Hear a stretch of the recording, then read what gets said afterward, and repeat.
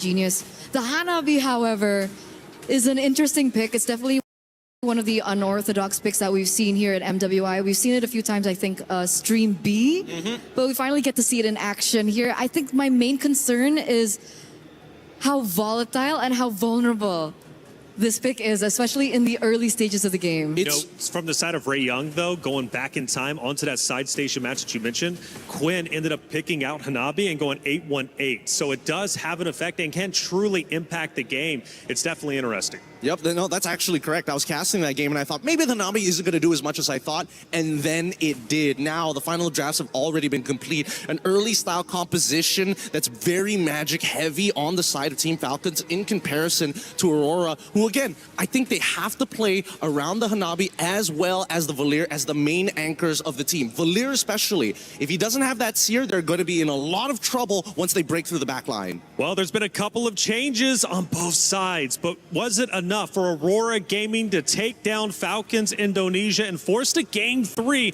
That's what they need to do to stay alive. One more loss means their key gets crushed. It's Falcons Indonesia, Aurora Gaming, map number 2. Mirko Brigida, take it away.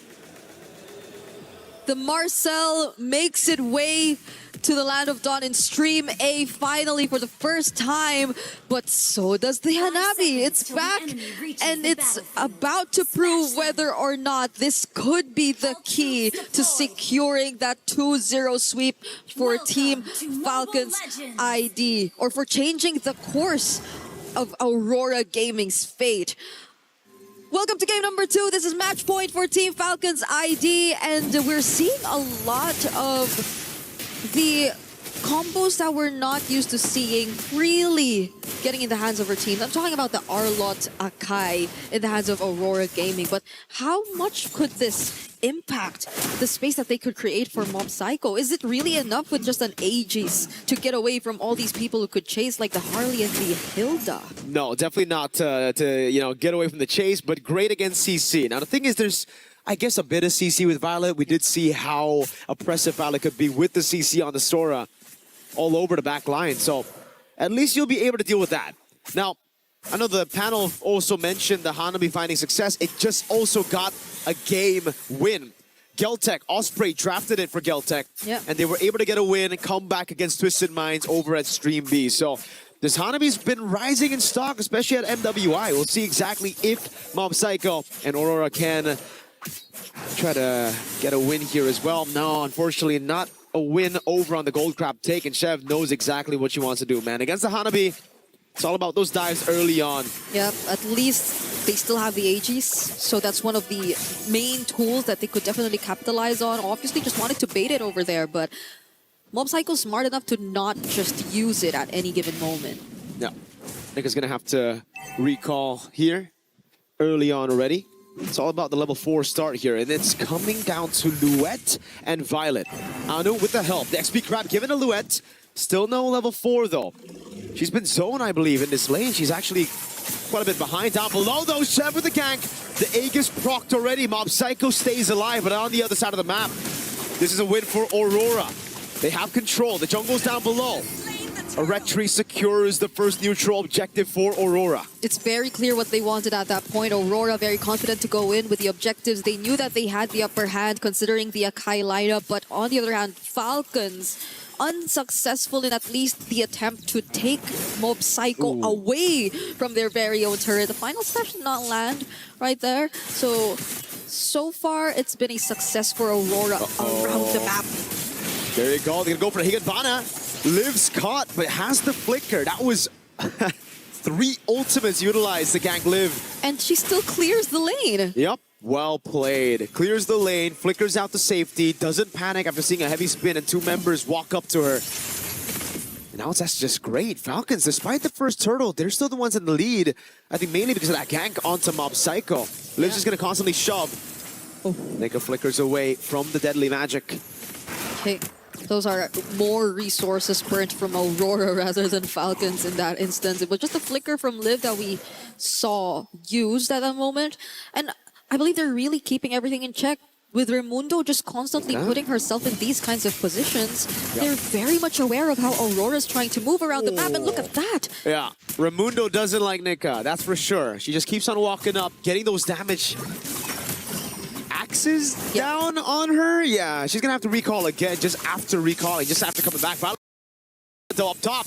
They try to go for the dive on Silhouette, flicker out the safety, and that means a disengage for Falcons. Yeah, it's great. So far, we've seen Hilda's perform exceptionally well in the previous series that she's been picked up. Disruption, and maybe not even directly towards Anu, because you really don't want to do that against an Akai jungle, but more so on the members who are trying to create space for Aurora in general. So you see Nika's really struggling to just positions herself first, because it's always Raimundo finding these bushes and taking control over them. But it's a different story this time. We're looking at a turtle, and it's a 5-man rotation from Team Falcons ID. Yeah. Mob Psycho sent up top to the weak side. Gonna try to go for the clear and possibly a trade, and that's why they give the neutral objective control away to Falcons. They're gonna go for the mid prio first. Clearing out mid.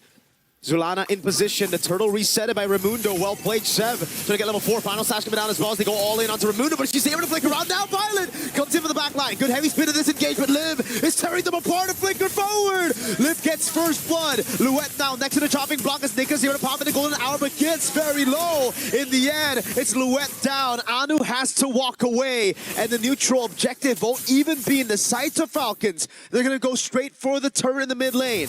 That is one of the very few warranted flicker forwards you get to see from gold laners.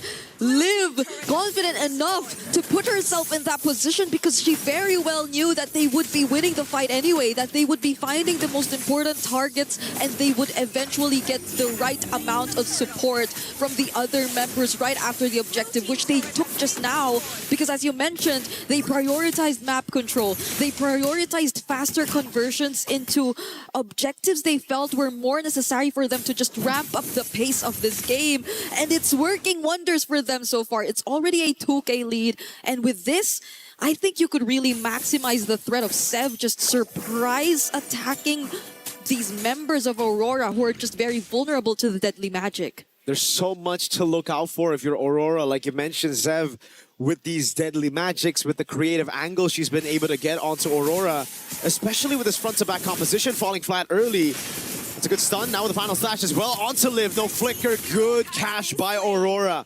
Finally on the board, but look at Falcons straight with the response. Conceal. Okay. Good disengage by Zulana. Zev up top though. 1v1, deadly magic and the damage. The Aegis comes around. Now Nika's coming in as well, providing support. Zev needs to run away. And Mob Psycho somehow survives the assassination attempt up top.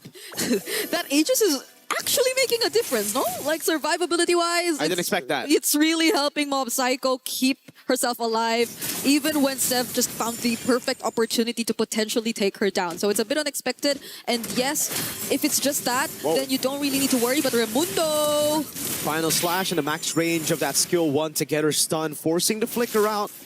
But Falcons, again, are the ones proactive on the map. They see Aurora making moves to get a gank, to catch a member. Falcons go straight for the objectives. They're going to go and get another structure, so all tier 1s down for Aurora. It's actually Raimundo's handling the sides, no? Okay, she will be in a very dangerous spot there, though. In exchange of maybe a bit more control on the other sides of the map, courtesy of her teammates. But then, Aurora, at least bit by bit, they're finding kills here and there on crucial members such as Liv and even Raimundo. They're still going to have to dig deep, though. They are a game behind. This is an elimination match. Nika's walking up, trying to open up for Anu, but she's going to get chunked down now. Oh, even through the heavy spin, CC viewed. Golden Hour only catches one, and it's Violet who's able to escape. Now Luette jumps into the midst of it all. It's going to be the RWM to lock her down as Zev goes for the poker trick behind them all. Liv with the flicker in, Zulana pushing her back, and that's going to be Nika with the backup as well. Aurora backing away, Falcons now with the neutral objective control. Third turtle of the game, Luette is trying to go for the damage. Raimundo's walking up, and that's a neutral objective given over to Liv. I don't know if that's intentional. Yeah, Raimundo really hurts though. Raimundo on this Hilda, and the Hildas we've seen really hurt though. Especially when they get to lock on targets such as Zulana. You get to use your starting turrets away, and I feel like there's nothing else stopping Falcons from just pushing forward and trying to close in these specific targets. We're taking a look at the equipment right now, and there seems to be quite a significant lead between the carries or between the gold laners. Oh, Nika doesn't get away from that! Nope. Okay, Deadly Magic takes her down in that moment. He got slain by Deadly Magic. Yeah, this is tough for Aurora at this point. At this point, they're already losing out on so much map control. The moments that we do get to see them find pickoffs, it requires so much of them to really sync up, and mostly it's been from Anu and Luet, but without them, what else can they really rely on? It's taking a bit of a while for us to see Mob Psycho actually get online. So do they just really wait for Falcons and rely on the potential counter setups that they can go for with the Golden Hour, with the Heavy Spin, or with the Final Slash? It's a big problem. It's all on the combo. Deadly Magic and the poker trick. A good Final Slash in the Higanbana for a trade back on Chev.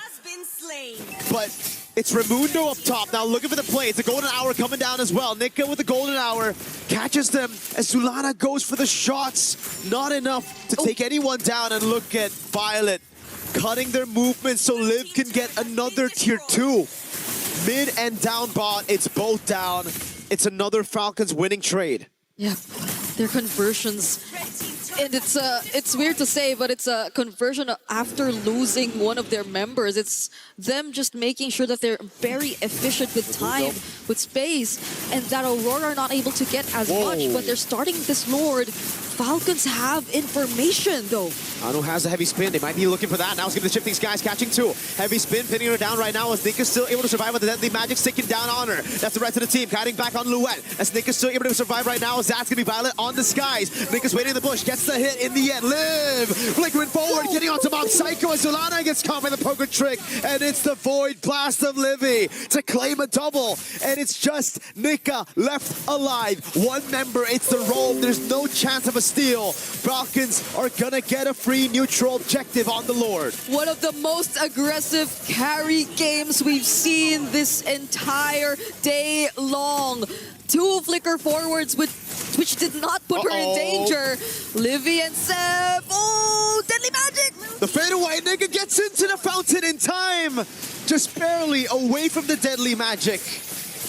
They're gonna be okay for now because there's still a Lord that's about to spawn, and that Falcons are looking to utilize to take as much as they can. There are no Holy Shields left in mid, and there's a significant lead that you're looking at between, again, the junglers, and even the gold laners. At least there's additional layers of sustain for Mob Psycho. Also has the Magic Blade, but will that be enough? Falcons are looking to just dive all in. Charge down, Final Slash, only finding Raimundo. The Shifting Skies there, cancelled out with a heavy spin as Raimundo gets pinned down. Violet Comet, Higanbana goes into the skies onto Luet. Again, it's Liv looking for those shots. So far, Zuliana's been the one on the board. 2 for 0, but for a base turret as Falcons try to go for more. Yeah. Shoving up top. Livy looking for the zone. Nika walking up, getting the frozen moments. Now Luet with the charge in. Deadly Magic and also the Final Slash, but she's going to get bursted down by the Deadly Magic. Taken out instantly. The wave below is chunking that base turret. The first part of that team fight looked really good for Aurora, but it was a bit too obvious that they wanted more. That Final Slash forcing Falcons under their turrets instead of them willingly trying to go for the more calculated engages made things a bit more favorable for Aurora, but the aftermath, the way that they still tried to push forward despite Seb being there. Whoa. Liv! You mentioned the aggressive carry, but she's just baited 4 members out of the base. Now they go straight out to Mob Psycho with the Deadly Magic. Golden Hour saves her for a bit right now. The Deadly Magic isn't enough to take her down. The photo doing work. They're counting away right now, but it's going to be Violet with the skies. Up top, taking her down. It's Luet against 4, and Chev picks the kill. It's only Zulana and Nika who are assigned to defend this base. They're trying to end it here, but can they? Deadly Magic Live with the flicker, the killing spree. Zilana shoving everybody back. She's trying to defend. But at the end of the day, it's Falcons to move to the next phase of this round. And it's unfortunate, but it is the end of the road for Aurora Gaming. They put up a much closer fight. It seemed like they were starting to find their way around things. But Falcons would just not slow down. They do not want to hand over these opportunities to Aurora Storm. And this is where it ends for the Mongolian representatives. GG, well played to both of these teams, but advancing to the lower bracket semifinals are Team Falcons Vega ID. What a way to redeem themselves after that very unfortunate sweep they've had to go through yesterday against Seda. And who knows, there might be a chance that we get to see them go against each other again, as they will both be fighting in the lower bracket. But we get to find that out as we head into the knockouts, as soon as we get everything set in stone for our top 8 teams. Because as of the moment, we are still yet to find out who are the other teams to complete our lineup. But we're taking a quick look at the replays. And if we said an aggressive carry throughout this game, this last sequence showed aggressive everyone. All these flickers, and even from Violet, even these space escapes from Sev and Liv. Just such a perfect way to show and exemplify how to utilize the carry. And it's a bit unfortunate for the Hanabi in this game. It's a bit unfortunate. She was technically the in-game MVP, but it's just tough right now. We're going to have the key moment. Yeah. It's one of the saddest parts. Your heart, your key. You will have